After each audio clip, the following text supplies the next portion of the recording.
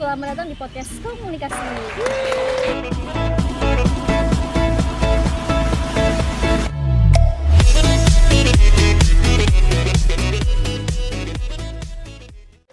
Sebuah podcast yang dipandu oleh saya sendiri, Untari.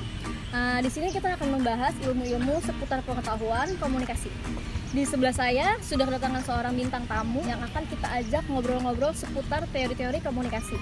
Khususnya pada episode kali ini adalah kita bakal ngebahas komunikasi antar pribadi. Oke, langsung aja kita sambut the one and only Rifan Arfiana. Apa kabar Rifan? Alhamdulillah baik Tari. Tari apa kabar? Alhamdulillah baik juga. Lagi sibuk apa aja nih sekarang? Kalau sibuk sekarang sih lagi sibuk ternak cupang sama jualan kutu air di depan pasar. Ya sama sih buat pakan cupang juga. Okay. Berawal dari hobi doang tadinya, terus ternyata lama-lama pas ditekunin bisa menghasilkan duit nih, jadi udah diterusin. Okay. Wah menarik juga ya, bisa menyalurkan hobinya, terus sambil nambah-nambah uang jajan ya kan? Lumayan buat beli Bitcoin. Oke. Tapi kali ini kita nggak akan ngebahas itu dulu, karena episode kali ini kita bakal ngobrol-ngobrol seputar komunikasi antar pribadi. Kebetulan denger kan Rifan ini salah satu pakar komunikasi di kelas kan? Kalau nggak salah. Salah. Oke. Sekarang bisa nggak sih dijelasin sedikit nih sebenarnya komunikasi pribadi itu apa sih? Kalau secara definisi sendiri banyak ya menurut para ahli, tapi secara garis besar ada satu benang merahnya, yaitu komunikasi antar pribadi itu sendiri adalah bentuk interaksi antar satu individu dengan individu yang lainnya dengan upaya menerima dan memberikan pesan, disampaikan dengan cara langsung secara tatap muka dan juga tidak terstruktur biasanya, jadi sifatnya itu lebih ke spontan.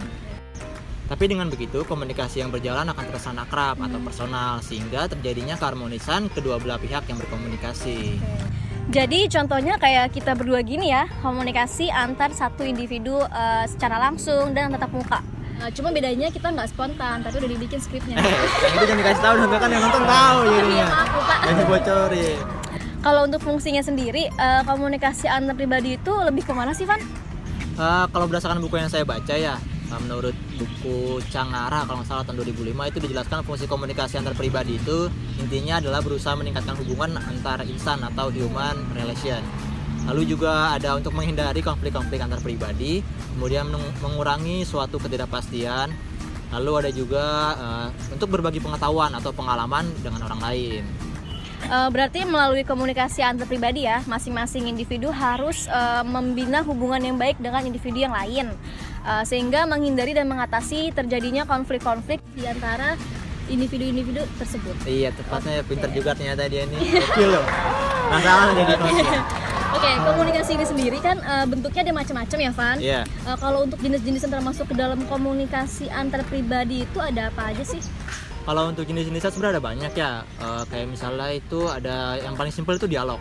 Dialog itu sendiri merupakan percakapan yang memiliki maksud saling mengerti, memahami, dan mampu menciptakan kedamaian dalam bekerja sama untuk memenuhi kebutuhan. Lalu ada juga sharing. Kalau sharing itu lebih ke bertukar pendapat ya biasanya, atau bisa juga berbagi pengalaman, dan sharing ini biasanya dilakukan bisa lebih dari 2 orang, misalnya 3, 4 atau sebagainya. Dan tujuannya itu lebih ke untuk menyampaikan apa yang pernah dialami, untuk menjadikan sebuah bahan pembicaraan. Terus ada juga wawancara. Kalau wawancara itu hampir mirip sama sharing, tapi dia sifatnya itu biasa lebih formal. Dalam wawancara biasanya berlangsung itu baik yang diwawancarai atau yang mewawancarai itu keduanya saling terlibat dalam proses komunikasi. Entah itu saling bertanya, bertukar pendapat, sambil sharing dan sebagainya. Lalu yang terakhir ada juga konseling. Bentuk ini biasanya digunakan untuk menjernihkan masalah orang, terus juga bisa untuk meminta bantuan, untuk curhat kalau bahasa kita. Terus juga mencari solusi dari sebuah permasalahan.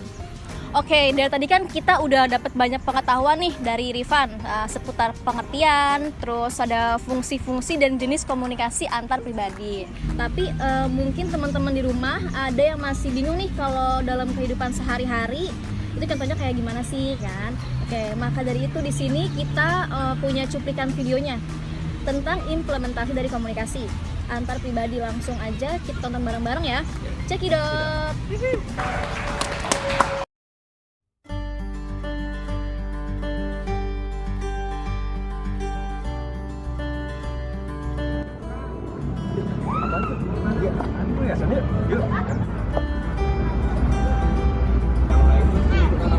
Jualan buku nih, Bang? Oh, enggak, ini sekedar ngelapak aja. Ya, iseng aja lah, isi kosongan. Wih, keren Bang. Udah berapa lama nih Bang udah buka lapak buku kayak gini? Kita mulai ngelapak sekitar dari November lah, sekitar sudah 7 bulanan lah kalau sampai sekarang. Oh, 7 bulanan. Cerita awalnya gimana sih Bang kok bisa buka lapak bacaan kayak gini? Awalnya sih saya sama teman-teman iseng ya di sini, sekedar mau ngisi waktu di hari libur aja gitu. Nah, kebetulan di sini juga rame setiap sore. Ada yang sekedar ngajak jalan-jalan sore, ada yang ngasih makan anaknya, ada yang ngasuh, bahkan ada juga tuh Bang, saya pernah lihat ada yang ngajak mandi anaknya tuh di situ. Waduh, emang nggak malu Bang mandiin bocah di mari? Mandi bola maksudnya. Rame sama anak-anak mandi yang bola. lain. Iya. Tapi tetap pakai sabun. Emang tujuannya buat lapak bacaan anak kayak gini apa sih Bang? Ya untuk kegiatan sosial aja sih Bang. Tujuannya sih buat numbuhin minat baca anak. Karena kan sekarang yang kita tahu sendiri ya, minat baca anak sekarang tuh rendah lah. Jangankan anak, kita juga seperti itu. Wah, bagus juga Bang nih tujuannya. Kalau misalnya harapan Abang ke depannya bagaimana nih?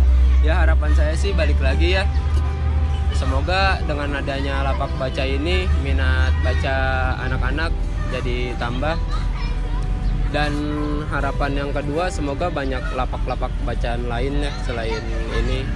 Kita juga sangat terbuka buat teman-teman yang mau donasi di lapak baca kita ini.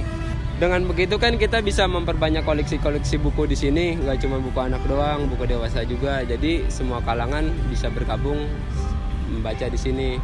Karena sesuai pepatah Nabi, utlubul ilma minal mahdi ilal lahdi, tuntutlah ilmu dari buayan sampai ke liang lahat. Gokil sih.